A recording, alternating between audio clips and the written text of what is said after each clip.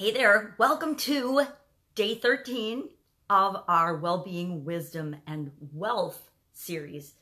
Between now and the end of the year, we're just doing a little activity to keep us positive and happy and thinking about the things that we want through the trying times. It's not always trying times, but for some people this time of year can be trying and lonely. In order to combat that, I wanted to share one of my little strategies and tricks that I use on myself every single day to keep my mind on the right track, to keep me thinking of the things that I want, not the things that I don't want. I'm Pajama Grandma, Sharon Horne-Ellstrom. In case we haven't met yet, go and put hashtag pajama in the comments below. So it's the first time you're being exposed to the Pajama Grandma. I've already drawn the cards. I've been pulling a card from each of 3 different decks. I love these card decks. They basically summarize books that I love and have read. They're by some amazing people like Louise Hay, Wayne Dyer.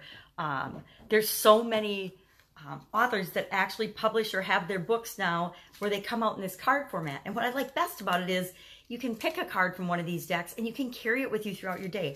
I mean, these Louise Hay cards, they're like 3 by 3. They're small enough to put in your pocket. They're small enough to carry in a book, even a little book, a briefcase, your purse, whatever works for you. And so whenever something comes up in our lives, because something is bound to always come up in our lives, life is busy, life happens.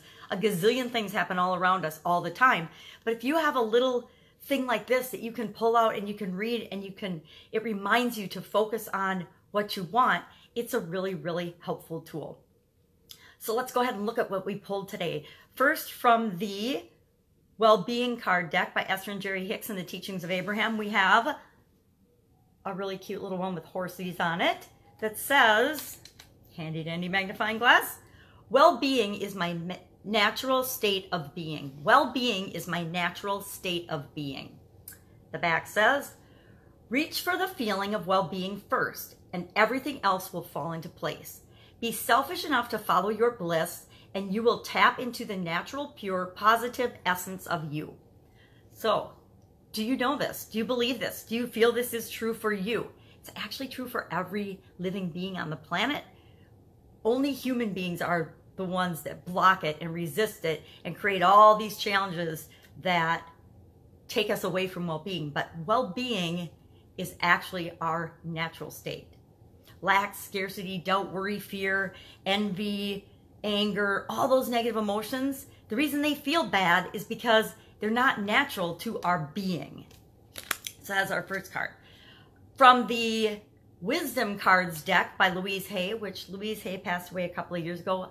I love her. She is such an incredible example of possibility for all of us. She didn't start her publishing business till she was 60, in her 60s. I want to say 68 or something, which is an incredible story. And she did that for about 20 years and then recently passed away. Incredible woman. She wrote You Can Heal Your Life, I think is the first book that I read of hers. And then she had a companion workbook that went along with that. And she and Wayne Dyer and several other people created this publishing behemoth that has positively impacted millions and millions of people's lives, including mine. So what does Louise have for us today?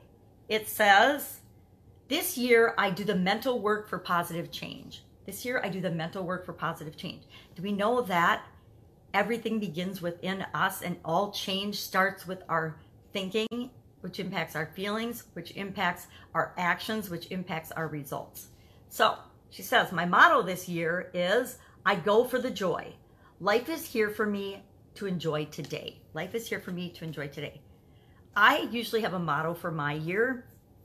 Last year I had some challenges and my motto was picked for me, and it was, you got this. And it's kind of carried into this year as well, because at the beginning of this year I didn't pick a new motto. So some years I have mottos, some years I don't. But for last year and this year, it's pretty much been, you got this, you got this, you got this. So whatever comes my way that I don't think I know how to handle it, I know I don't know how to do it yet, I will ask myself, how do I get this done? How can I make that happen?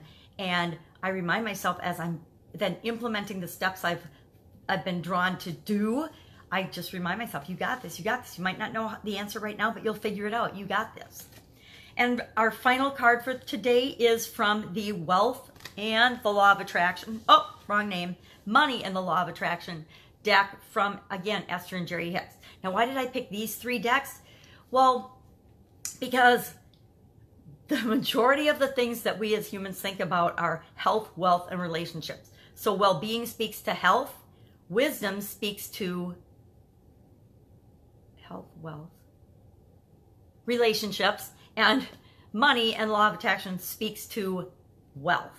And I just grabbed those mainly because they were closest to me in my office, and I knew I had at least about 35 cards in each deck that I could use to get us through the end of the year.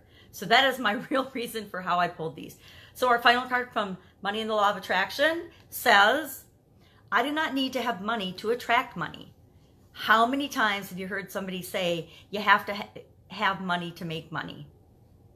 Most people don't start a business because they believe they personally have to have the money to make more money. People believe that. Is that belief true? Absolutely not. So many businesses, some of the biggest businesses on the planet right now, think Apple Computer, Microsoft, Facebook, Sony, all of these started with virtually no money and in people's garages. So what does this one say? You do not have to have money to attract money, but you cannot feel poor and attract money. That is a big distinction. So you don't have to have money to attract money, but you can't feel like you don't have money in order to attract money. The key is you have to find ways of improving the way you feel from right where you stand before things can begin to change. By softening your attention to the things that are going wrong, and by beginning to tell stories that lean more in the direction of what you want instead of in the direction of what is currently happening, your vibration will shift, your point of attraction will shift, and you will get different results. I think we know that. You have to focus on what you want in order to bring it into your life. If you focus on the lack of what you want, all you're doing is bringing more of the not having what you want into your life. So those are amazing cards today. I'm going to put these in my purse and carry them with me. I actually am going to put them in my goals book. I always carry a goals book with me in my purse so that if something happens on my day today, I can pull them out and I can say, okay, these are the things I want to think about and focus on and pay attention to today. That's it. Have a fantastic day. I will be back with you tomorrow.